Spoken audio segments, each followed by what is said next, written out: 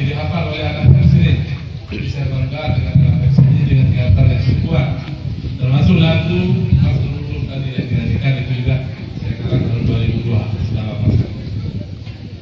Baik, silakan Abdi dari Sule. Ini dulu kasih pertama dulu di Nurul.